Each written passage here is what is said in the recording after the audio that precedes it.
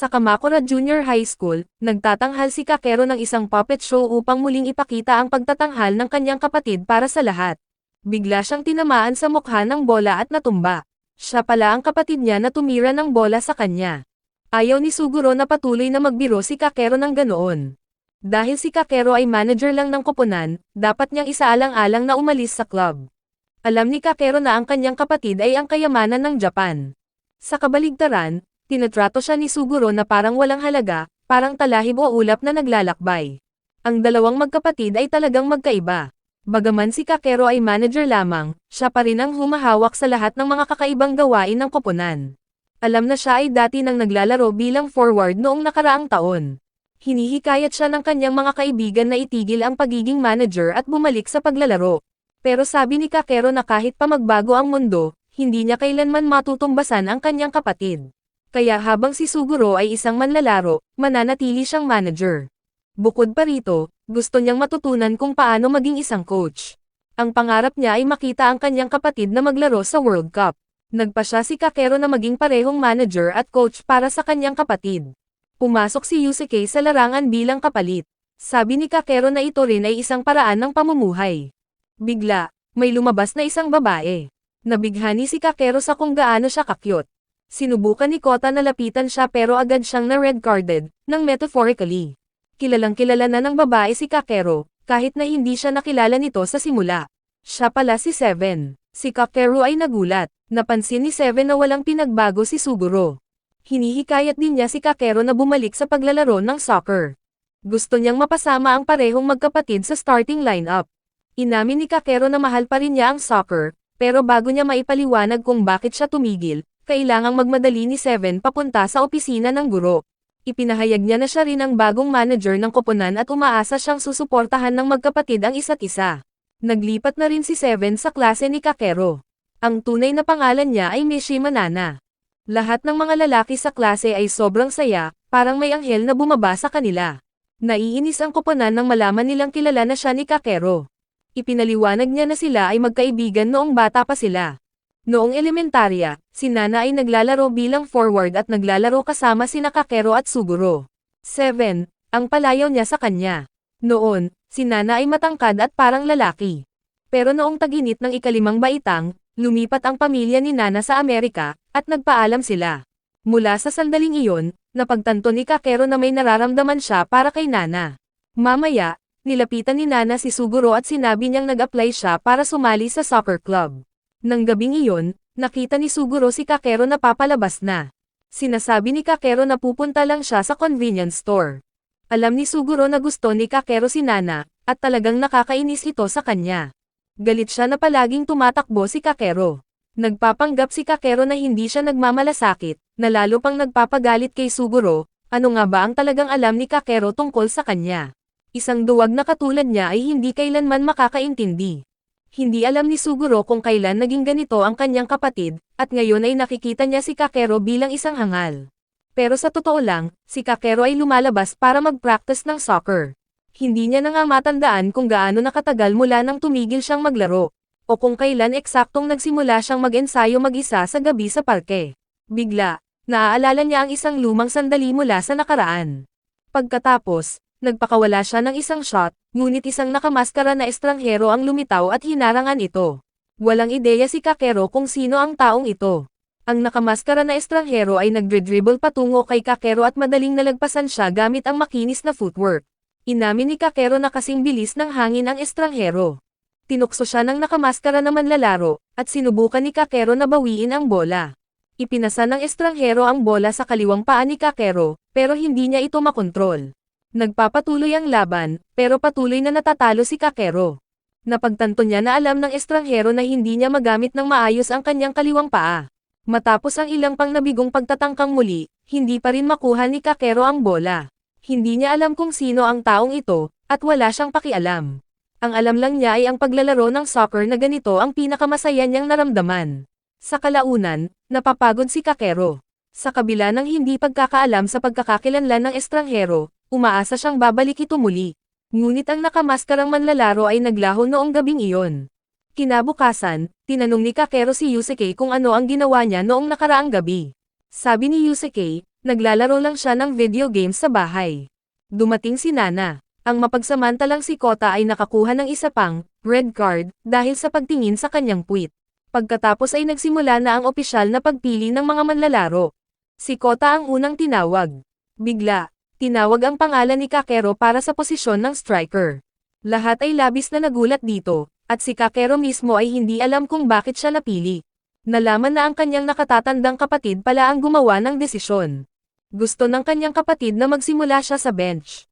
Sabi ni Kakeru na gusto pa rin niyang magpatuloy bilang team manager. Pero alam ni Suguro na hindi pa talaga bumitaw si Kakeru sa soccer, at iyon mismo ang dahilan kung bakit siya naging manager sa unang pagkakataon. Sabi ni Suguro, kung hindi mo kayang sundin ang utos ng kapitan, umalis ka na sa club ngayon din. Napagtanto ni Kakeru na ayaw na niyang patuloy na tumakas. Nagpa siyang maglalaro na. Gusto niyang magsimula kaagad, at kahit galit siya, sa parehong pagkakataon, nahabag ang kanyang puso, makakapaglaro na siya muli kasama ang kanyang kapatid. Mamaya, sinabi ni Nana na si Kakeru ay maglalaro sa koponan ng kanyang kapatid. Nagpasalamat ang parehong koponan sa isa't isa bago ang laban. Nagsimula ang practice match, at mahigpit na minarkahan si Kakeru. Si Nana ay nanood at malinaw na naunawaan ang mga posisyon at sitwasyon sa field. Si Yusuke ay humarap kay Suguro. Sa isang simpleng panggagaya, nanalo si Suguro sa duelo. Pagkatapos ay dumating ang isang mahabang pasa kay Kakeru, ngunit hindi niya ito natapos. Alam ng kanyang kapatid na mali ang pagkabasa ni Kakeru sa bola, halata na dapat ay na-anticipate niya ito. Nangako si Kakeru na gagaling siya sa susunod. Muli, ipinasa ni Suguro ang bola, at muli, nabigo si Kakeru.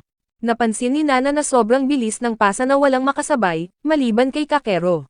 Isang mas nakatatandang manlalaro ang nakita si Kakeru na nahihirapan at iminungkahi na magpahinga siya.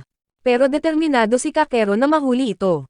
Naniniwala si Nana na patuloy na magpapasa si Suguro, at mahuhuli ni Kakeru ang isa. Nakita niya ito sa kanyang mga mata. Noong mga bata pa sila, nangako si Suguro na palaging ipapasa niya ang bola kay Kakeru. Patuloy na sinubukan ni Yusuke na harangan si Suguro, ngunit nahirapan siya sa aura ng U15 champion. Isang fake move, tapos isa pang matalim na pasa mula kay Suguro, diretso sa posisyon ni Kakeru. Sa pagkakataong ito, natanggap ito ni Kakeru. Nagdesisyon siyang sumubok, pero bigla siyang lumipat sa kanyang kanang paa. Napansin ni Suguro, nakita rin iyon ni Nana. Pinalitan ni Kakeru ang paa niya sa pag-shoot, na nagbigay sa goalkeeper ng oras para maghanda. Kung ginamit niya ang kanyang kaliwang paa, maaaring naging goal ito. Lahat ay may mataas na pag-asa para kay Kakeru. Mayroon siyang bilis, teknik, at siya ang nakababatang kapatid ni Suguro. Sa bawat laban, nakagawa siya ng napakaraming pagkakataon, pero hindi siya kailanman nakapag-goal. Kaya siya tinawag na Mr. No Goal. Isang pasa na naman ang dumating sa kanya. Determinado si Kakeru na makapuntos. Sumipa siya gamit ang kanyang kaliwang paa, sa pagkakataong ito ay lumipad ang bola patungo sa langit. Nagpa siya si Suguro na palitan siya at sinabi na bumalik na lang siya sa pagiging manager. Pinasok sina ni Shijima at Kota. Si Kota ay inilagay sa kaliwang pakpak. Naramdaman ni Kakeru ang pagkadismaya sa kanyang sarili. Pinatibay siya ni Nana, sinabing maganda ang laro niya. Sigurado siyang gusto ring sabihin ni Suguro ang parehong bagay. Natapos na ang ensayo. Pinagtawanan ni Nishijima si Kakeru tungkol kay Suguro. Umaasa si Suguro kay Nishijima hanggang bumalik si Ishikawa. Nagyayabang si Nishijima na siya ang pinakamahusay na scorer, pero alam din niya na seryoso ang pagpasa ni Suguro kay Kakeru. Sino mang makakapagtapos ng pasa na iyon ay nasa pambansang antas. Pumunta si Nana upang makipag-usap kay Suguro. Alam ni Suguro na humiling si Nana kay Kakeru na maglaro. Si Nana ay naniniwala na tanging si Kakeru lamang ang makakatanggap ng ganong klase ng pasa at mayroon siyang mahusay na galaw bilang isang striker. Narinig ni Kakeru ang kanilang pag-uusap. Gayunpaman, kahit na maraming pagkakataon, kung walang layunin, wala itong halaga. Sabi ni Suguro, hindi kulang si Kakeru sa kasanayan o tibay ng katawan, kundi sa puso. Kaya't iniiwasan ni Kakeru na gamitin ang kanyang kaliwang paa. Umaasa si Suguro na ang pagpasok kay Kakeru ay magbabago ng sitwasyon, ngunit hindi ito nangyari ayon sa inaasahan. Napansin ni Nana na nandoon si Kakeru. Inamin ni Kakeru na tama ang kanyang kapatid, saka malungkot na umalis. Noong gabing iyon, bumalik si Kakeru sa parke upang mag-ensayo. Bumalik ang estranghero na may maskara. Nag-ensayo sila ng magkasama. Pagkatapos, nagpahinga sila, Ang soccer sa middle school ay mayroon lamang 30 minutong kalahati. Kahit na hindi alam ni Kakero kung sino ang estranghero, malinaw na alam ng taong iyon ang tungkol sa mahina niyang kaliwang paa. Ipinahayag ni Kakero na noong nasa elementarya siya, minsan niyang nasaktan ng malubha ang isa pang manlalaro gamit ang kanyang kaliwang paa. Mula noon, natakot na siyang gamitin ang paa na iyon. Itinuro ng nakamaskarang figura ang dibdib ni Kakero. Naalala niya ang mga salita ng kanyang kapatid. Umalis na ang estranghero. Bumalik si Kakero sa bahay, masama ang loob, iniisip na hindi siya haharapin ng kanyang kapatid ng direkta. Pinigilan siya ng kanilang nakababatang kapatid na babae. Bumalik siya sa kanyang silid, galit pa rin. Kinabukasan, flat ang gulong ng kanyang bisikleta. Dumating si Suguro para sunduin siya, pero nagpasya si Kakero na tumakbo papuntang paaralan. Ganyan ang ginagawa ng dalawang magkapatid noong mga bata pa sila. Humingi siya ng tawad para sa nakaraang araw. Sinabi ni Kakero sa kanyang kapatid na gusto niyang makawala sa pasaning ito. Gusto niyang umalis sa soccer club at isuko ito, kahit anong mangyari. Pero gusto pa rin niyang ipagpatuloy ng kanyang kapatid ang pagsusumikap, gusto niyang makita itong naglalaro sa pitch, parang isang tunay na hari. Dahil mahal niya ang soccer ng kanyang kapatid. Sumagot si Suguro na kahit ang hari ng larangan ay hindi kayang talunin ang kanyang sarili. Kung ang hari ang naguutos, ang striker naman ay ang kabalyero, isang kabalyero sa penalty box na naghihintay ng pasa. Nagsalita si Suguro tungkol sa isang panaginip na napanaginipan niya noong umagang iyon, ito ay ang World Cup Final, ang score ay 0-0, at ito ay stoppage time. Nagbigay siya ng pasa, gusto niyang hulaan ni Kakero kung sino ang tumanggap. Bigla, may isang delivery truck na nagkaroon ng aksidente at tumama ng diretso sa dalawang magkapatid. Nagsimula ng magtipon-tipon ang mga tao. Si Nana ay dumadaan at napansin ang isang bag pang eskwela mula sa kanyang paaralan. Curious, pumasok siya at natuklasan na ang mga biktima ay walang iba kundi si Kakero at ang kanyang nakatatandang kapatid na si Suguro. Isang ambulansya ang mabilis na dumating at dinala silang dalawa sa ospital. Parehong nasa kritikal na kondisyon ang magkapatid. Ang kanilang pamilya ay inabisuhan ni Nana, at lahat ng miyembro ng soccer team ay nagulat nang marinig ang balita. Parehong sumailalim sa emergency surgery sina Kakero at Suguro. Nalaman na si Kakero ay pinananatiling buhay sa pamamagitan ng life support equipment, habang ang mga sugat ni Suguro ay labis na malubha. Matapos ang operasyon, ipinaalam ng doktor sa kanilang mga magulang na idineklara ng brain dead si Suguro. Hindi makapaniwala ang kanilang ina at tumanggi siyang tanggapin ang katotohanan. May isa pang bagay na gustong talakayin ng doktor, ang posibilidad na maging organ donor si Suguro. Nagpatuloy ang proseso, at dahan-dahang nagkamalay si Kakero. Nalilito siya kung nasaan siya. Naging labis ang saya ni Nana na nagising na si Kakero. Mamaya ng hapon, muling binisita ni Nana si Kakero. Binanggit ng doktor na nang magsalita si Nana, nagpakita ng malakas na reaksyon ang tibok ng puso ni Kakero. Tinanong ng doktor si Nana kung sino sa tingin niya ang tumugon sa kanyang boses, pagkatapos ay humingi ng tawad sa pagtatanong ng kakaibang tanong at umalis. Dumating din si Kota at Yusuke para bisitahin si Kakero. Masaya si Kota na makita muli si Kakero at sinabi niyang sana gumaling ito agad para makabalik na siya sa koponan. Gayunpaman, pinaalalahanan sila ni Kakero na siya ay humiwalay na sa club. Medyo nagulat ang lahat sa kanyang desisyon. Inisip niya na alam na nila dahil sinabi na niya ito sa kanyang kapatid. Gusto ni Kakero na makita ang kanyang kapatid sa lalong madaling panahon. Pumasok ang doktor at sinabi niyang siya ang makikipag-usap kay Kakero tungkol sa kanyang kapatid. Ipinakilala niya ang sarili bilang si Mine Ayaka, isang psychiatrist at counselor din ni Suguro sa ospital. Hiniling niya kay Kakero na manatiling kalmado at makinig. Sinabi niya sa kanya na namatay si Suguro sa aksidente. Akala ni Kakero na ito ay isang biro, ngunit sa kasamaang palad, totoo ito. Siya ay nagalit, desperado na makita ang kanyang kapatid. Sinampal siya ni Mine, sinabing sinasayang niya ang buhay na ibinigay sa kanya ni Suguro. Naiwan si Kakero na labis na nagdadalamhati. Nalaman na si Kakero ay nakaligtas dahil sa isang heart transplant mula sa kanyang sariling kapatid. Hindi rin makapaniwala si Nana. 2 buwan ang lumipas, si Kakero ay nakabawi ng mabuti at nakatakdang palabasin kinabukasan. Ang kanyang kondisyon sa pag-iisip ay naging matatag din, at tila maayos ang lahat. Namangha ang mga doktor sa kung gaano kahusay na nakapag-adjust ang kanyang katawan. Ang panganib ng mga komplikasyon mula sa operasyon ay tila minimal na ngayon. Bumalik si Kakero sa kanyang normal na buhay at nag-aral muli. Masaya ang lahat na makita siyang ganap na gumaling. Isinubmit niya ang kanyang withdrawal form mula sa soccer club kay Kunimatsu. Tinanggap ni Kunimatsu ang desisyon, ngunit pinaalalahanan si Kakeru tungkol sa pangarap ni Suguro na maging isang international player na kumakatawan sa Japan. Sinabi niya kay Kakeru na maaari siyang bumalik sa club anumang oras na gusto niya, hindi bilang isang manager, kundi bilang isang forward.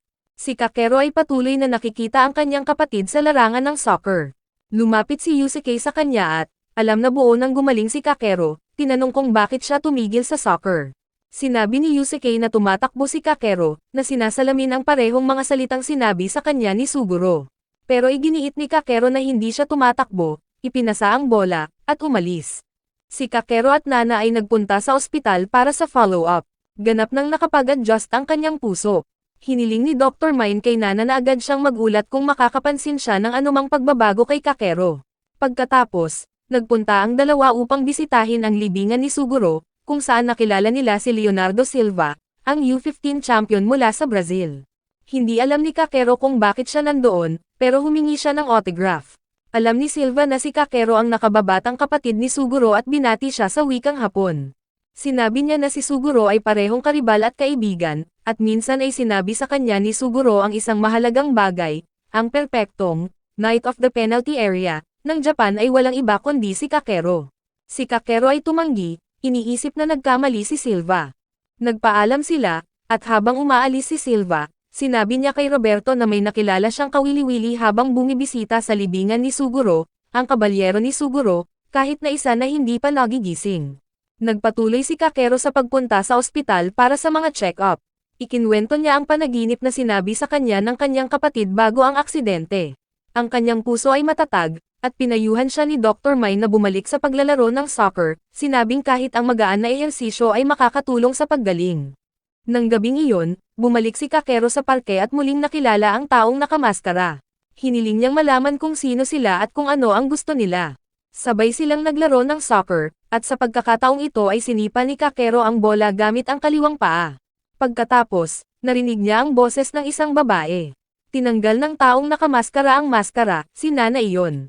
Humingi siya ng paumanhin at pinaalalahanan si Kakeru na ginamit lang niya ang kanyang kaliwang paa para sa isang magandang volley. Inihayag ni Nana na bago siya bumalik sa Japan, nakilala niya si Suguro pagkatapos ng isang laban-laban sa Mexico. Sinabi ni Suguro sa kanya na si Kakeru ang gumaganap bilang manager ng team, at humingi sa kanya ng pabor. Alam niyang si Kakeru ay lihim na nagsasanay sa parke at gusto niyang magsanay kasama niya. Sinabi ni Nana kay Kakeru na ang pusong tumitibok sa loob niya ngayon ay kay Suguro. Ibinigay niya ang kanyang buhay para kay Kakeru. Sa oras ng aksidente, si Suguro ay brain dead at maaaring pumanaw anumang oras. Ngayon, dinala ng kanyang puso ang hindi natapos na pangarap ni Suguro. Ayaw niyang sumuko si Kakeru sa soccer. Sa sobrang gulat, tumakbo si Kakeru at umiyak nang makauwi. Doon, nakita niya ang diary ng kanyang kapatid. Gaya ng inaasahan, wala itong laman kundi soccer. Noon pa man pinangarap ni Suguro na magkaroon ng Knight of the Penalty Area. Sumulat din si Suguro tungkol sa panaginip niya noong umagang iyon, na pagtanto niyang nag-iisa lang siya, at kahit anong tawag niya, walang dumating. Ang araw na iyon ay ang araw na nangyari ang aksidente. Sa katotohanan, ang taong nakita ni Suguro sa kanyang panaginip, ang gusto niyang ipasa ang bola, ay ang kanyang nakababatang kapatid. Pagkatapos ng pass na iyon, tiyak na darating ang layunin, at sabay nilang aangat ang championship trophy. Hindi napigilan ni Kakeru ang pag-iyak pagkatapos basahin iyon. Kinaumagahan, nagsimulang magsanay muli si Kakeru ng soccer. Lumapit si Nana at nakita siya. Napagpasyahan ni Kakeru na hindi na siya tatakas, tuparin niya ang pangarap na minsan nilang pinagsaluhan ng kanyang kapatid. Labis na naantig si Nana sa kanyang pasya. Pagkatapos ay ipinakita ni Kakeru sa kanya ang diary ni Suguro. Sa loob, binanggit ng kanyang kapatid si Araki Ryuichi. Minsan naramdaman ni Suguro na ang mga pass ni Araki ay mas mahusay kaysa sa kanya. Si Araki ay isang napakatalino na manlalaro, na kilala sa kanyang mga natatanging pass mula sa anumang posisyon sa field. Siya ay binansagan na improvisation. Nais ni Kakeru na lumipat sa paaralan kung nasaan si Araki at maglaro doon, gusto niyang makatanggap ng pass mula kay Araki. Pagkatapos ng lahat, ang isang kabalyero ng lugar ng parusa ay nangangailangan ng isang hari. Nais din ni Nana na pumasok sa parehong paaralan ni Kakeru. Ngayon ay ang seremonya ng pagpasok sa Enoshima High School. Nagbigay galang sina Kakeru at Nana kay Suguro bago pumunta sa paaralan. Nasasabik sila sa pag-iisip na makilala si Araki. Sa kasalukuyan, maraming mga club ang nagre-recruit ng mga bagong miyembro. Narinig ng isang estudyante ang kanilang pag-uusap tungkol sa soccer at agad siyang nag-alok na dalhin sila sa soccer club. Ang kanyang pangalan ay Hyodo Makoto. Nagtanong si Kakero tungkol kay Araki at binanggit ang kanyang mga kamangha-manghang pass. Inamin ni Makoto na napakahirap tanggapin ang mga pass na iyon. Sa kalaunan, nakarating sila sa club, kung saan nakilala nila sina Korebayashi at Horikawa. Bago sumali, kailangan nilang sagutin ang isang tanong, na nakuha nila ng tama, kaya pareho silang pinayagang sumali. Desidido si Makoto na mag-recruit ng mas maraming miyembro anuman ang mangyari. Sa klase, natuklasan nila na nag-enroll din si Kota sa paaralang ito. Dumating na ang kanilang homeroom teacher, at nagsimula na ang entrance ceremony. Hinahanap pa rin ni Kakero si Araki, habang ginagawa ni Makoto ang lahat para i-recruit si Kakero. Nagkamit si Kota ng isa pang pulang card para sa pagsisikap na yakapin si Nana. Biglang may sumulpot na chubby guy at nagyaya na sumali sa manga club, boring daw ang soccer club. Pagkatapos nilang marinig iyon ay umalis na silang lahat. Dumating silang tatlo sa training field. Lahat ay nagtataka kung nasaan ang mga upperclassmen. Tila, ang mga pagsubok sa pasukan ay nangyayari ngayon.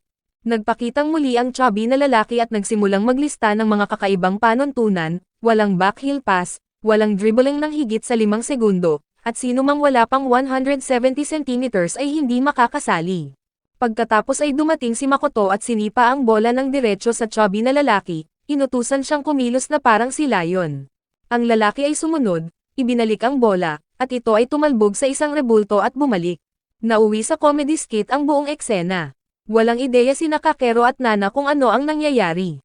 Ang chubby na lalaking iyon ay si Araki, ang mismong taong hinahanap ni Kakero. Sa wakas ay napagtanto ni Araki na si Kakero ay nakababatang kapatid ni Suguro. Dumating ang kanilang homeroom teacher at sinabihan silang huwag istorbohin ang soccer club. Ipinaliwanag niya na ang paaralan ay may dalawang soccer club, ang Enoshima High Soccer Club, o SC, na opisyal na koponan, at ang Enoshima High Football Club, o FC, na mas casual. Binati ng guro ang dalawa sa pagsali. Nagulat si Kakero, ayaw niyang sumali sa isang club, for fun. Hindi siya makapaniwala na napunta siya sa casual. Ang taong hinahangaan ng kanyang kapatid, si Araki, ay naging isang payaso. Hiniling ni Kakero na bawiin ang kanyang aplikasyon. Gusto niyang sumali sa opisyal na soccer club. Nagtanong ang guro tungkol sa kanyang layunin, at ipinaliwanag ito ni Kakero. Ang sabi ng guro ay naglalaro lang ng boring na laro ang SC para manalo at maliit lang ang Japan kumpara sa mundo. Sa kabilang banda, ang FC ay naglalaro sa mas malaking sukat. Dagdag pa niya, sa taong ito, magkakaroon ng laban sa pagitan ng SC at FC. Ang nanalong koponan ay opisyal na kumakatawan sa paaralan. Tapos may lumabas na estudyanteng bumagsak sa SC tryout. Ang kanyang pangalan ay Mato Bakauro. Hiniling niyang sumali sa FC, gusto niyang maglaro ng soccer anuman ang mangyari. Nakita ni Nana na kawili-wili ang lugar. Naramdaman ni Kakero ang pagtibok ng kanyang puso at nagpas siyang manatili. Sa wakas ay nagkaroon sila ng 11 mga manlalaro. Ang laban sa pagitan ng dalawang club ay gaganapin sa loob ng 2 linggo. Nagkomento si Araki na malakas ang SC, masyadong malakas para talunin ng isang, just for fun, team tulad ng FC, pagkatapos ay lumayo. Kalaunan ay natagpuan ni Kakero si Araki na nagjuggling ng bola at nagtanong tungkol sa paglalaro sa FC. Ipinasa ni Araki ang bola sa kanya. Hiniling sa kanya ni Kakero na subukan muli, gusto niyang makatanggap ng pass mula kay Araki. Inilabas niya ang mga salita mula sa diary ni Suguro. Nagalit si Araki, sinabing minamaliit siya, at isiniwalat na ang dahilan kung bakit siya huminto sa soccer ay dahil kay Suguro. Samantala, nag-training din ang SC. Hindi maintindihan ni Kakero kung paano naging ganito ang mga bagay. Ang unang drill ay isang beach ball scrimmage. Ang mga koponan ay nahahati sa 5 manlalaro bawat isa. Ang pagsasanay ng SC ay iba sa FC, hindi sila makagamit ng regular na field. May iba't ibang panuntunan ang beach soccer, isang goalpost lang, kinailangang sipain ng mga defender ang bola para i-reset ang laro, at kailangan mong lumipat ng panig. Nagsimula na ang white team. Inamin ni Kakero na mahirap tumakbo, at na-intercept ang kanyang pass, bigo siya kaagad. Dumating ang turn ng pulang koponan. Sinubukan ni Kakero na harangin at nakawin ang bola ngunit muling nabigo. Nasaksihan niya ang mga kasanayan ni Makoto at Korebayashi at kinilala kung gaano kahanga-hanga ang koponan. Pagkatapos ng first half, nagpahinga sila. Napansin ni Makoto na nanonood si Araki. Alam niyang nakuha ni Kakero ang atensyon ni Araki. Naniniwala si Makoto sa potensyal ni Kakero. Nakilala ni Araki ang isang nakamamatay na kahinaan ngunit nakakita rin siya ng mahusay na mga instinct sa penalty box. Si Kakero ay isang henyo, isang magaspang at hindi pulido. Sinabi ni Makoto na gusto ng lahat na bumalik si Araki. Inamin niya na lahat sila ay may kahinaan, ngunit sa pamamagitan ng pagsasama-sama ng kanilang mga lakas, kaya nilang takpan ang isa't isa. Gayunpaman, wala pang balak na bumalik si Araki. Ngunit hindi maintindihan ni Makoto kung bakit palaging nakasuot ng football boots si Araki, tulad ng ginagawa ni Kakero. Iyon ang dahilan kung bakit lubos na umaasa si Makoto na babalik si Araki. Samantala, nakapasok si Kota sa SC. Binanggit niya kung gaano katindi ang kanilang pagsasanay at sila ay isang walang kapantay na koponan. Si Oda ay nagpakita at nagpaalam kay Kota na magkakaroon ng practice match ang SC at inimbitahan si Kakero na manood. Nagsimula na ang practice match, at nandoon din si Araki. Naalala niya ang laban noong nakaraang taon, nang ibabaw ang SC mula-simula hanggang matapos, tulad ng laban na nangyayari ngayon. Ginamit ng SC ang mga pisikal na malalakas na manlalaro para i-maximize ang kanilang potensyal. Maaaring mukhang simple ito, ngunit hindi nila ito nakitang boring. Sa second half, ilalabas nila ang lahat ng kanilang kapangyarihan at ganoon din, nanalo ang SC sa score na 5-0. Natalo si Araki sa 4-1 noong nakaraang taon. Tinanong ni Kakero kung sino ang nakapuntos ng isang goal na iyon. Inamin ni Araki na siya iyon. Napagtanto ni Kakero na hindi sumuko si Araki hanggang sa huli. Sinabi ni Araki na nabigo siyang makalusot sa kanilang depensa gamit ang mga pass. Sinabi sa kanya ni Kakero na lumikha ng isang bagong paraan, upang gawin itong magkasama. Naalala ni Araki ang mga salita ni Suguro, pagkatapos ay umalis. Naramdaman ni Nana na ang damdamin ni Kakero ay nakarating kay Araki, at ngayon, lahat ay nakasalalay sa kanya. Pagkalipas ng 2 linggo, sa wakas ay dumating ang mapagpasyang laban. Parehong handa ang dalawang koponan. Nanatiling matangkad at malakas ang lineup ng SC. Sinabi ni Makoto sa lahat na iwasan ang pinsala sa lahat ng mga gastos dahil mayroon lamang silang 11 na manlalaro, ngunit higit sa lahat, tumuon sa laro. Nagsimula ang laban. Desidido si Kakero na manalo, para patunayan ang sarili kay Araki. Napansin ni Sawamura ng SC na hindi pa bumalik si Araki, ngunit hindi nabigla si Makoto. Agad na nilaro ang bola. Tumakbo si Kakero, iginuhit ang depensa, pinayagan si Hino na masira ang kaliwa. Ngunit si Takashi ay nasa kanyang landas. Ang ibang mga tagapagtanggol ay bumagsak na. Nag-away ang dalawa. Bumalik ang bola kay Makoto, na naglunsad ng pass forward. Ipinagpatuloy ni Kakero ang kanyang pagtakbo, handang tumanggap, ngunit hinarang ni Kyoji. Nagpadala si Oda ng mahabang paspasulong. Nanawagan si Makoto na tumalikod ang lahat. Itinuro ito ni Takashi. Bumalik sa kanya ang kanyang teammate, ngunit sa pagkakataong ito, hinayaan ni Takashi na lumampas sa kanyang ulo ang bola, si Kodo ang tumira para sa SC. Nakuha ni Kurebayashi ang kamay dito, ngunit ang bola ay patuloy na patungo sa goal. Sa kabutihang palad, nakabalik si Kakero sa tamang oras upang i-clear ito. 20 minuto sa unang kalahati, patuloy na nanalo si Takashi sa aerial duels. Kinailangan ni Kakero na patuloy na umatras upang ipagtanggol. Sa sobrang pagdedepensa ng dalawang striker, nagsimulang mapagod ang FC. Alam ng coach na ang kawalan ni Araki ay nag-iwan ng malaking puwang. Nakakuha ng kanto ang SC. Ang bola ay hindi ipinadala diretso sa kahon. Sa halip, tumakbo si Oda dito at tumira. Nanguna ang SC. Sinisi ni Kakero ang kanyang sarili sa layunin. Ipinagpatuloy ang paglalaro. Hiniling ni Kakero kay Hino ang bola, determinado siyang bumawi sa kanyang pagkakamali. Binugbog niya ang isang lalaki at hinarap si Oda, ngunit hindi niya ito nalampasan. Nakilala ni Oda ang nakamamatay na kahinaan ni Kakero. Isang mahabang bola ang ipinadala muli. Tinanggap ito ni Takashi at itinuro ito sa ilalim ng presyon.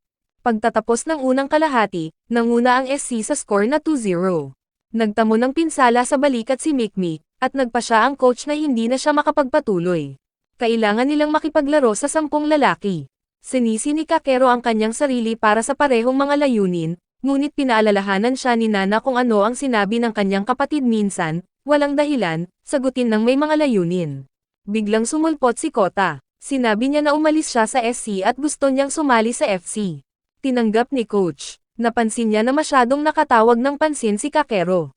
Kailangan ding malaman ng isang striker kung kailan mawawala, isang aral mula kay Suguro. Nagsimula na ang second half. Agad na hinarap ni Kota ang bola, at gumawa ng foul. Gumawa ng substitution ang SC. Nagpalit din ng taktika ang FC. Isa pang mahabang bola, sa pagkakataong ito ay sinalo ito ni Kurabayashi. Inihagis niya ito kay Makoto. Inaasahan ni Oda ang laro ng FC. Nakarating ang bola kay Hino, ngunit mabilis itong nablock. Bumalik ito kay Kota, na tumulak pasulong at tumawid sa goal. Hindi makashoot si Hino. Nagpa-volley si Matoba, ngunit nablock ito. Nanatili ang bola sa paglalaro. Inaasahan ni Kakero ang landas nito, nawala siya sa pamamagitan ng hindi paghawak sa bola sa loob ng ilang minuto, pagkatapos ay lumitaw kaagad nang dumating ito. Siya ay tumira at umiskor. Nagdiwang ang koponan. Nakita ito ng coach, si Kakero ay isang tunay na striker. Gumawa ng mas maraming pagbabago ang SC pagkatapos na pumayag. Nagpatuloy ang laban. Patuloy na umaatake ang FC. Dumaan si Kota kay Kakero. Siya ay tumira. Ang bola ay naharang. Nakarating si Oda sa rebound bago si Hino. Naglunsad ng counter ang SC. Hindi na makabalik si Kota sa oras. Sinubukan niyang mag-slide ngunit hindi niya nakuha. Nakuha ni Tekashi ang bola at ibinalik kay Oda, na umiskor. 3-1 para sa SC. Pinaalalahanan ni Makoto ang lahat na hindi pa tapos ang laban. Nanatili ang SC sa pag-atake. Naubos ang lahat. Bumalik ang bola sa tagabantay ng SC, at pagkatapos, bumalik ang trump card ng FC. Si Araki iyon. Dumating ang signal ng pagpapalit. Opisyal na bumalik si Araki. Nagulat ang lahat. Bumalik ang kanyang mahika. Ito ang kanyang unang laban sa isang taon. Hiniling niya sa coach na sumali sa koponan. Noong una ay tumanggi ang coach, hindi pa handa ang katawan ni Araki. Sinabi niya sa kanya na magbawas ng timbang at maghihintay siya ng 10 araw. Naniwala si Makoto sa kanya. Nais ni Araki na bayaran ang isang malaking utang. Nagpatuloy ang laban. Nakipaglaban si Sawamura laban kay Araki. Pagkatapos ay humarang si Araki at sumulong. Tumakbo si Kakero. Hinarap ni Araki si Oda, at nanalo. Nabugbog niya ang ibang lalaki. Nagmamadaling lumabas ang tagabantay ng SC. Hindi tumira si Araki, matatamaan niya ang isang rabona. Pumasok ang bola. Score, 3-2. Sinasara ng FC ang puwang. Napagtanto ni Oda na si Araki ay may hawak pa rin, hindi pa rin mahuhulaan. Gusto na ngayon ni Araki na sumikat si Kakero. Kakailanganin nilang dalawa para masira ang bakal na depensa ng SC. Sa pagkakataong ito, si Kakero ang magiging artista, si Araki ang direktor. Nag-restart ang SC. Nakipaglaban si Makoto para sa bola. Nakipag-coordinate si Araki sa team. Itinuro pa niya ang kahinaan ni Kota. Inutusan ni Oda ang kanyang koponan na bantayan ng mahigpit si Kakero. Ang bola ay napunta kay Tekashi, naharang. Nagpadala ng pass si Matoba. Natanggap ito ni Kota. Hiningi ni Kakero ang bola. Lumipas si Kota. Natanggap ni Kakero at nagpunta para sa pagtira. Ngunit tumama ito sa crossbar. Pagkatapos ay dumating ang isang corner kick. Kinuha ni Araki ang shot, ngunit ang bola ay na-rebound. Sinundan ni Kakero ang isang left-footed strike, ngunit tumama ito sa isang defender. Napagtanto noon ni Araki, kaliwa ang paa ni Kakero.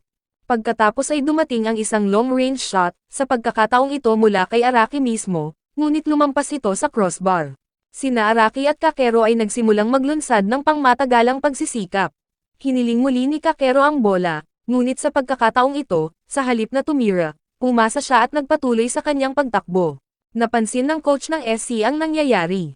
Isang pass mula kay Araki ang nahati sa depensa. Natagpuan ni Kakero ang kanyang sarili na one-on-one sa tagabantay. Kinuha niya ang shot at umiskor. Ang laro ay opisyal na nakatali. Napagtanto ni Oda ang kahinaan sa diskarte ng kanilang koponan, at hindi na niya gustong sundin ang mga aktika ng coach. Nag-double down ang SC nang may determinasyon at nagpatuloy. Ipinagpatuloy ni Araki ang pagsasaayos ng laro. Sumulong ang SC. Isang pass ang dumating kay Sawamura, ngunit naharang ni Matoba. Mabilis na sinundan ni Oda, ngunit matibay ang depensa ng FC. Nagawa ni Matoba na nakawin ang bola kay Tekashi. Dumaan si Hino kay Kakero, ngunit nabigo ito. Naglunsad ng counter-attack si Oda at nagpas siyang mag-isa, hindi pinapansin ang mga utos. Napagtanto ni Araki na hindi na siya sumusunod sa mga tagubilin. Nag-away ang dalawa, biglang nag-execute ng backkill pass si Oda. Tumakbo si defender kay OG at kinuha ang bola at bumaril, ngunit naharang ito. Dumausdo si Horikawa para pigilan ito. Tiningnan ng referee ang kanyang relo, 5 minuto pa ang natitira. Ang parehong mga koponan ay nagpatuloy sa pangangalakal ng mga pag-atake ng galit na galit. Si Kurebayashi ay gumawa ng mahusay na pag-save.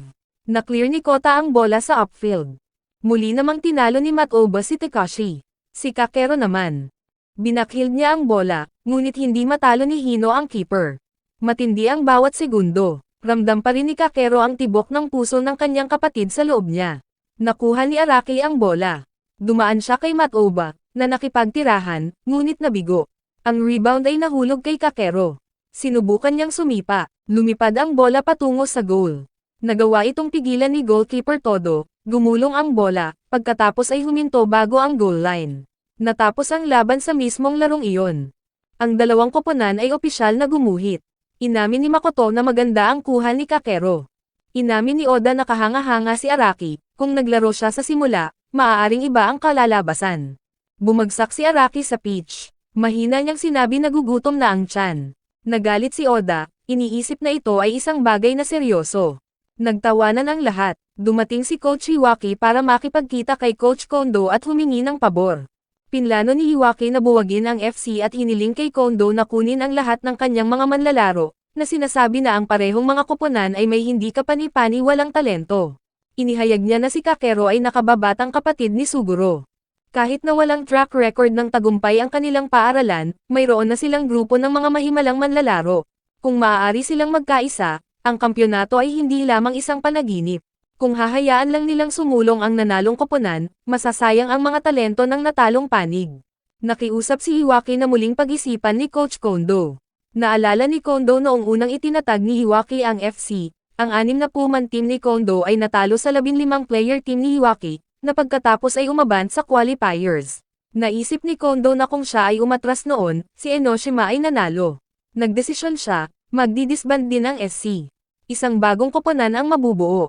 Gusto pa rin niyang si Hiwaki ang maging coach, ito ang paraan niya para makabawi.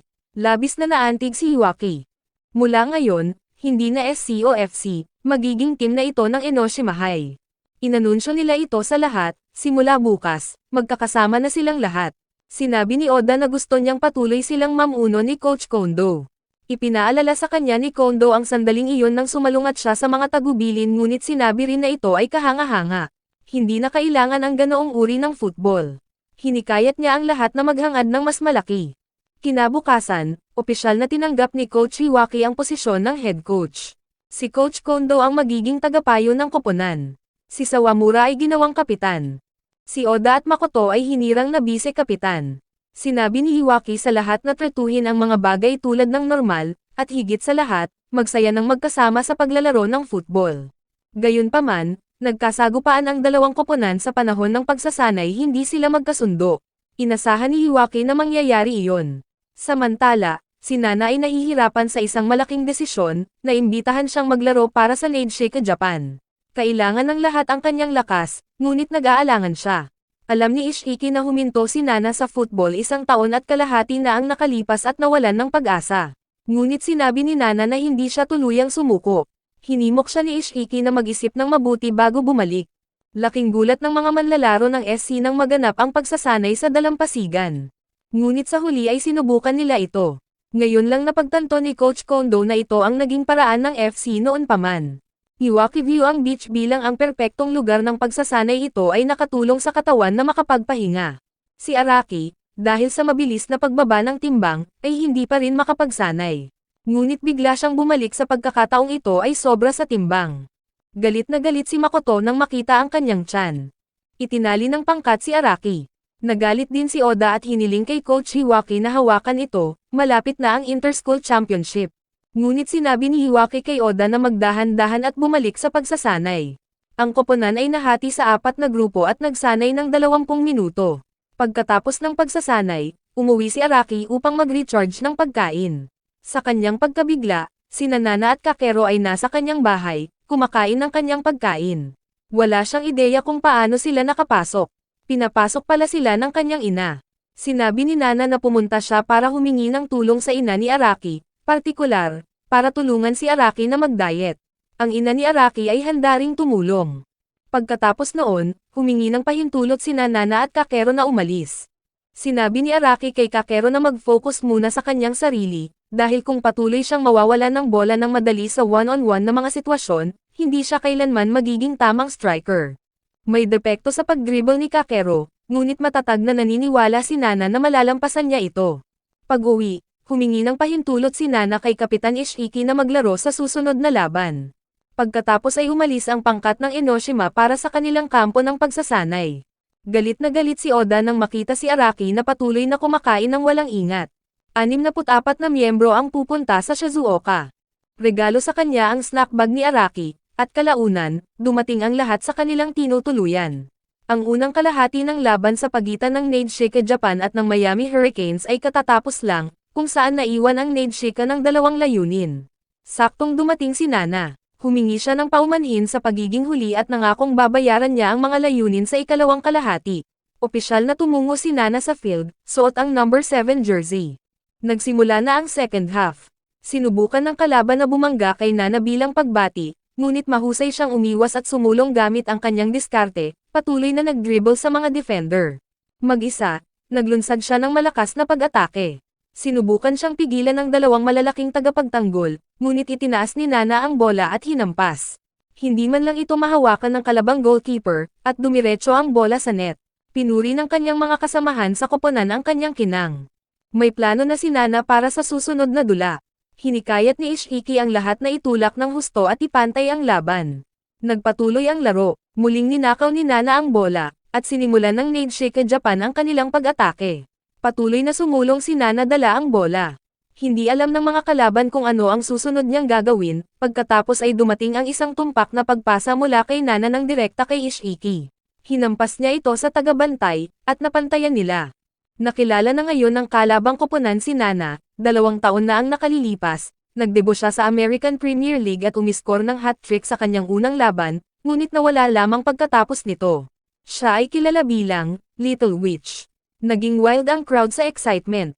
Ang natitirang laban ay one-sided. Hindi napigilan ng mga kalaban si Nana. Na-deflect ang shot ni Ishiki, at si Nana ay nagpakitang nag-volley ng rebound sa net. Natapos ang laban pagkatapos noon. Pagkatapos ay humingi ng pahintulot si Nana na umalis kaagad. Bumalik sa Shizuoka, naglaro ang Enoshima High ng isang practice match laban sa Minami Fujinomiya High. Minaliit ng Minami Fujinomiya ang Enoshima noong una, ngunit pagkatapos ng isang paglalaro, nagbago ang kanilang saloobin. Nasub ang grupo ni Kakero, at nakascore siya kaagad. Nang gabing iyon, bumalik ang buong team sa kanilang tinutuluyan. Nakabalik din si Nana sa nakaraan. Hinikayat ni Coach Iwaki ang koponan na ibigay ang lahat sa laban sa susunod na araw. Inaasahan ni Araki ang isang masaganang pagkain ngunit laking gulat niya nang makatanggap lamang ng isang maliit na mangkok ng puting kanin. Hindi siya pinayagan ni Nana na kumain ng marami pagkatapos ng pagsasanay. Natigilan siya nang makitang napakaliit ng kanyang food portion.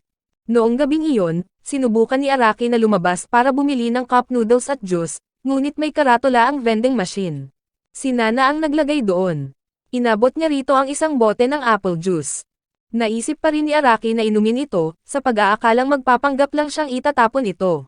Ngunit bumalik si Nana at sinabi sa kanya na ito ay isang herbal na laxative, perpekto para sa pagdigete, dahil pinipigilan nito ang taba. Alam ni Araki na may problema siya. Maya-maya ay naligo na ang mga boys. Nang marinig na nag-iisa si Nana sa paliguan ng mga babae, nagplano si Araki na maghiganti sa pamamagitan ng pagsilip. Pumayag naman ang iba na sumama sa kanya. Sa hindi inaasahang pagkakataon, nakaabang na si Kota sa labas na may dalang binocular.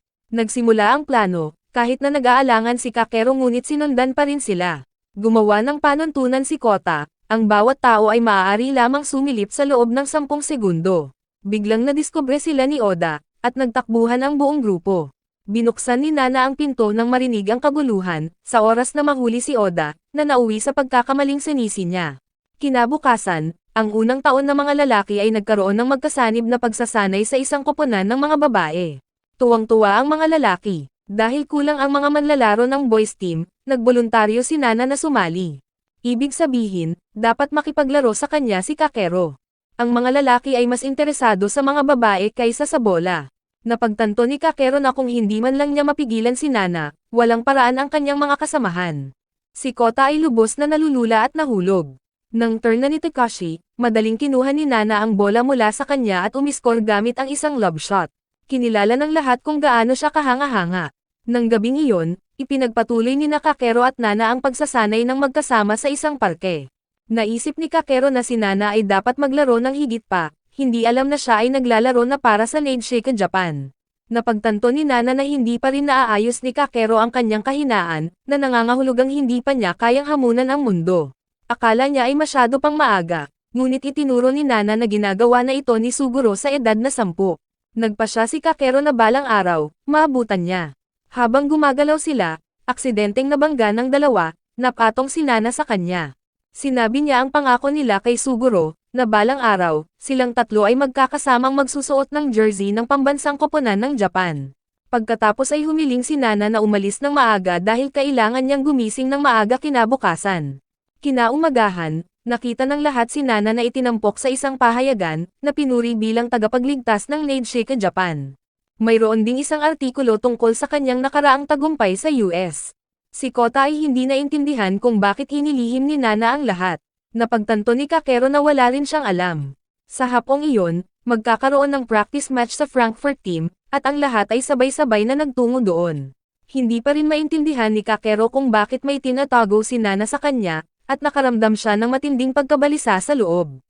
Ang laban ay pinagsamang sesyon ng pagsasanay sa pagitan ng Nedshiken Japan at ng mga kampyon noong nakaraang taon, Frankfurt. Nasa starting lineup si Nana. Nang lumitaw ang pangkat ng Frankfurt, ang lahat ay nabalisa. Lahat ng mata ay nakatutok kay Mina. Si Mina ay kampyon ng Germany at hindi kapani-paniwalang sikat sa buong Europe, isa ring fashion model. Nakilala siya ni Kota mula sa mga larawan ngunit walang ideya na naglaro siya ng football.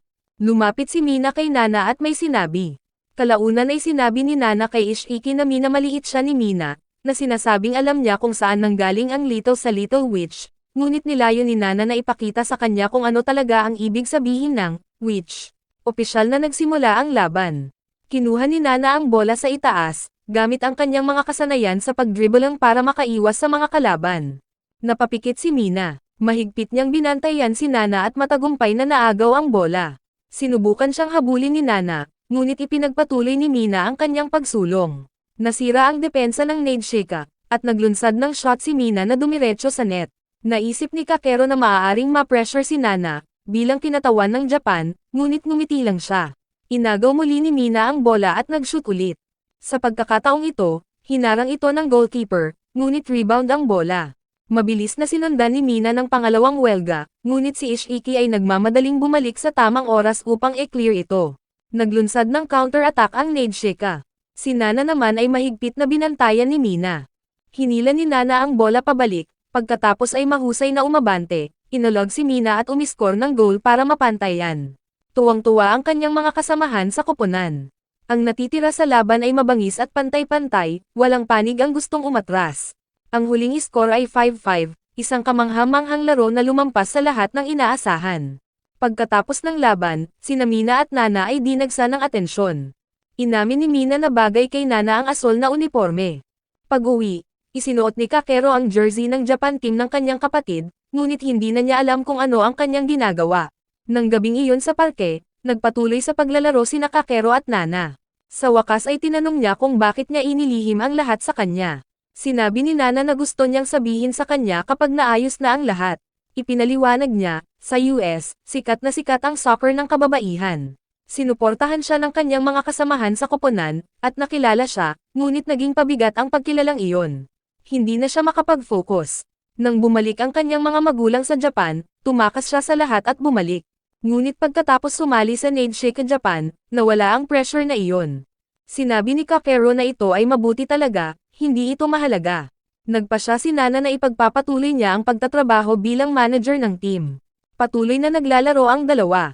Nagpa siya si Kakero na umakyat sa sarili niyang hagdan tungo sa tagumpay. Samantala, nagpatuloy si Araki ng lihim na pagkain ng matatamis at pag-inom ng soda, kahit na malapit na ang paligsahan. Ang natitirang bahagi ng koponan ay nagsasanay ng husto, ngunit hindi nagpakita si Araki. Nang sa wakas ay dumating siya, napansin ni Nana ang tsokolate sa kanyang bibig, at nakita niya ang candy sa kanyang bag. Kinumpis niya ito. Nang magprotesta si Araki, binigyan niya siya ng yellow card. Nadismaya ang mga miyembro ng SC kay Araki dahil sa pagiging huli.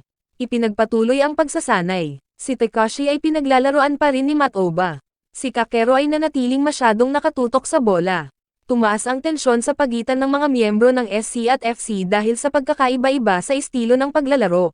Pagod na si Araki at gusto nang magpahinga. Pumayag si Coach Iwaki sa isang maikling pahinga, kahit na mas maaga ito kaysa sa binalak. Nagpahinga ang lahat ng miyembro ng FC. Ang mga miyembro ng SC, gayunpaman, ay hindi nais na magpatuloy ang mga bagay na tulad nito. Sa ilalim ni Coach Kondo, lagi silang napipressure, pero ngayon ay parang masyadong maluwag si Coach Iwaki. Isinaalang-alang ni Iwaki ang feedback ni Oda. Ayaw ni Sawamura na magpatuloy sa pagsasanay sa ganitong paraan at hiniling na umalis. Sinundan siya ng iba. Nang hapong iyon, binisita ni Nana at Kakero si Sawamura. Hiniling sa kanya ni Kakero na bumalik sa koponan. Humingi ng paumanhin si Sawamura sa ginawa nilang pag-aalala, ngunit hanggat nananatiling coach si Iwaki, hindi siya babalik, kahit ilang beses pa nilang itanong. Kinabukasan, hindi nagpakita si Sawamura at ang kanyang grupo. Pinapanatili ni Coach Iwaki ang pagsasanay sa natitirang mga manlalaro. Si Kakero ay nanonood pa rin ng bola nang masyadong malapit. Patuloy na binugbog si Tekashi. Pinagsama-sama ang mga manlalaro ng FC para sa pagpasa ng mga drills. Kalaunan ay nakagawa ng foul si Tekashi kay Matoba. Nagsorry siya, saka umalis. Natapos ang practice match. Alam ni Kakero na si Tekashi ay wala sa kanyang sarili, ngunit iginiit ni Tekashi na ito ay hindi sinasadya at umalis. Napakaganda ng kalusugan ni Kakero. Inabot sa kanya ni Dr. Mina ang isang dyaryo. Nasa loob ang isang artikulo tungkol kay Araki at mga detalye tungkol sa iba pang mga koponan sa paparating na paligsahan. Ngunit ang gusto ni Mina na mapansin niya ay ang Tokyo Football Academy. Lumabas si Silva sa isang Japanese high school. Alam ni Mina na si Silva ay kaibigan ni Suguro, at karibal. Hindi niya alam kung bakit gustong maglaro ni Silva sa Japan, o kung may kaugnayan ito kay Kakero. Hindi niya akalain na ito nga. Pagkatapos ay nagdahilan siya. Naghihintay si Matoba sa labas. Inihayag niya na pagkatapos ng pagsasanay kahapon, hindi nagpakita si Tekashi. Naisip niya na baka dahil patuloy siyang natusok ng mga karayom sa magkabilang binti, at nawalan ng tiwala ang lalaki. Nanganganib na ang koponan na bumagsak. Kung nawawala rin si Tekashi, lalo lang itong lumala. Pumunta silang tatlo sa bahay ni Tekashi. Sinabi ng kanyang nakababatang kapatid na wala pa siya sa bahay. Pumasok sila at natuklasan na si Tekashi ay maraming basketball awards. Ngunit sa kanyang ikatlong taon, lumipat siya sa football. Ang kumpanya ng ama ni Tekashi ay nabangkarote, na naglubog sa pamilya sa utang. Kaya binigay ni Tekashi ang basketball. Naroon din ang kanyang nakababatang kapatid na si Takuro at kapatid na si Chika. Tinanong ni Matoba kung bakit nagsimulang maglaro ng football si Tekashi. Ang dahilan, hindi ito gumastos ng pera, at maaari kang kumita mula dito. Hindi tulad ng basketball, na nag-aalok ng kaunting pagkakataon sa pananalapi. Sa krisis ng pamilya, nais ni Tekashi na suportahan sila. Sa kabila ng pagiging isang nangungunang basketball player sa prefecture, huminto siya at lumipat sa football. Gusto na rin sana ni Takuro na huminto, ngunit kinausap siya ng kanyang kapatid. Alam niyang gusto pang maglaro ng basketball si Tekashi. Ang dahilan kung bakit siya late umuwi ngayon ay dahil nagtatrabaho siya ng part-time na trabaho. Ang grupo ay pumunta sa ospital at sa wakas ay natagpuan si Tekashi. Hindi nagustuhan ni Matoba ang dahilan ni Tekashi sa paglalaro. Sinabi niya sa kanya, kung gusto mong maglaro ng basketball, gawin mo lang ito kahit na ano. Umuwi si Kakero. Iniisip tuloy ni Kakero si Tekashi. Napag-isipan din niya kung gaano siya tunay na nagpapasalamat sa kanyang mga magulang at kapatid. Habang namimili, nakita niya si Tekashi na nagsasanay ng soccer ball. Mabilis na tinawagan ni Kakero si Matoba upang sumama sa kanya. Pareho nilang napagtanto na si Tekashi ay nagsasanay sa oras na ito upang mabawi ang oras na napalampas niya sa club. Nakita ni Kakero na talagang gustong maglaro ng soccer si Tekashi. Tumakbo si Matoba sa parke upang nakawin muli ang bola mula kay Tekashi. Ang kontinyo ay isang malalim na paggalaw ng karayom sa paa. Ngunit sa pagkakataong ito, hindi siya pinayagan ni Tekashi na kunin ang bola ng ganoon kadali. Sumali si Kakero, at pagkatapos ay nagpakita rin si Nana. Natapos silang apat na masayang naglalaro ng soccer. Kinabukasan, dalawa lang sa mga dating miyembro ng SC ang nagpakita para sa pagsasanay. Hindi naintindihan ni Kakero kung ano ang nangyari sa iba pang grupo. Kinailangan na ngayong pumili ng club ng bagong kapitan na mamumuno sa lahat, at pinili nila si Makoto. Samantala, ang mga miyembro ng SC ay nagsasanay sa kanilang sarili. Dumating si Kakero at sinabing may pag-uusapan pa siya. Inanunsyo niya na simula ngayon, isang beses sa isang linggo, ang koponan ay magrente ng isang pribadong stadium para sa pagsasanay. Hiniling niya sa lahat na naroon sa alas 6 ng gabi, umaasang darating ang mga senior member. Naghintay si Kakero, ngunit walang nagpakita. Dumating ang grupo ni Sawamura, nahuli lamang ni Coach Kondo. Alam ni Kondo na ang pagiging matigas ang ulo ay walang magbabago. May gusto siyang ipakita sa kanilang tatlo, at pumunta sila sa Kamakura Station. Doon, nagulat ang lahat, nakita nila si Coach Hiwaki na nagtatrabaho sa isang construction site.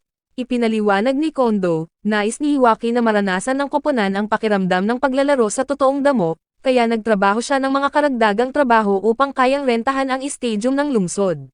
Ang kanyang sweldo ay hindi sapat, kaya siya ay nagtrabaho ng palihim. Sinabi ni Kondo na hindi pa siya nakakita ng isang coach na handang magsakripisyo para sa kanyang koponan, at hiniling sa kanilang tatlo na maunawaan na maniwala sa koponan, sa pamamagitan ng patuloy na ituloy ang kanilang layunin. Ngunit hindi pa rin nagustuhan ni Sawamura ang kaluwagan na ipinakita kay Araki at sa iba pang pangkat. Hinimok sila ni Kondo na obserbahan sa kanilang sarili kung tunay na maluwag si Hiwaki. Sa araw na iyon, ang koponan ay nagtungo sa Kamakura para sa isang laban. Naramdaman ni Nana na may nangyari, hindi pa rin bumabalik ang grupo ni Sawamura. Dumating ang koponan sa stadium, kung saan naghihintay na ang kanilang kalaban. Si Araki ay puno ng kumpiyansa. Opisyal na nagsimula ang laban. Nakuha ni Makoto ang bola ngunit agad itong na double mark. Pagkatapos ay gumawa si Matoba ng isa pang matagumpay na 30K na paglipat. Ang bola ay napunta kay Araki, na ginamit ang kanyang diskarte upang mag-dribble lampas sa defender at mahinahong umiskor ng goal. Tila natuwa ang mga kalaban dito. Nagpatuloy ang laban, at nawala ang bola ng Enoshima. Naglunsad ng counter-attack ang kalabang koponan na may mahusay na coordinated play at umiskor. Pagkatapos, nagsimulang maglaro ng seryoso ang kalaban.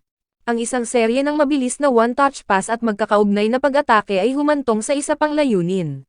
Biglang naalala ni Matoba, ang number 10 na iyon ay si Hasegawa, ang nangungunang scorer ng intercollegiate tournament noong nakaraang taon. Naglalaro sila laban sa Kamakura University, ang runner-up noong nakaraang taon.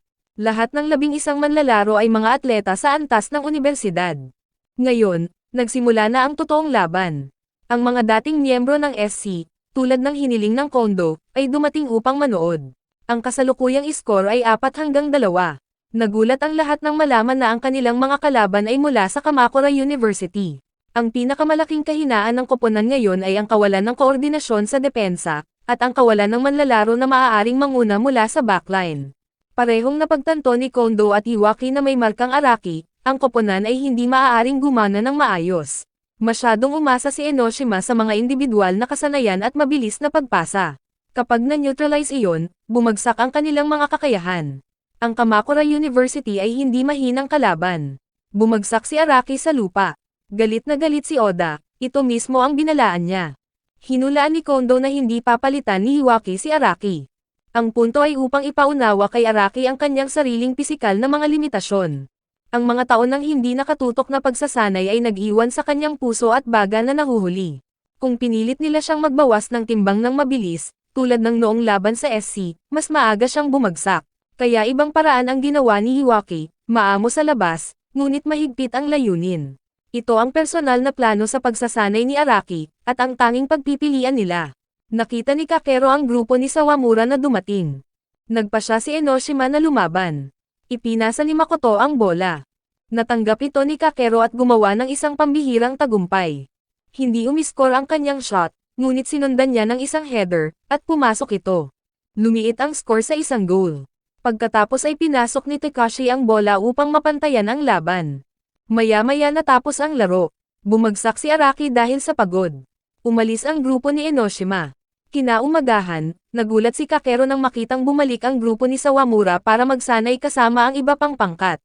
Gustong magpahinga ni Araki, ngunit hindi siya pinayagan ni Oda.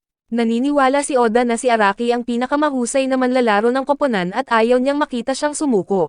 Pabirong pumulandet si Araki kay Oda ng tubig at tinawag siyang floating whale.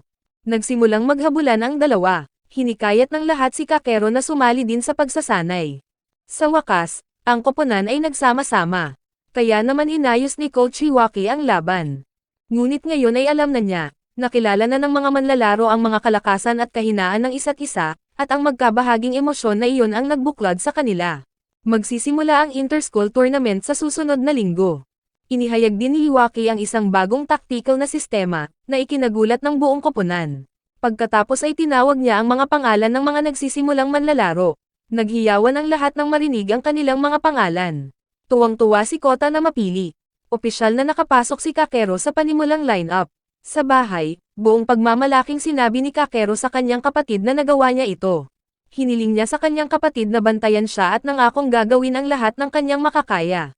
At sa wakas, nagsimula na ang inter-school tournament. Handa na ang Team Enoshima.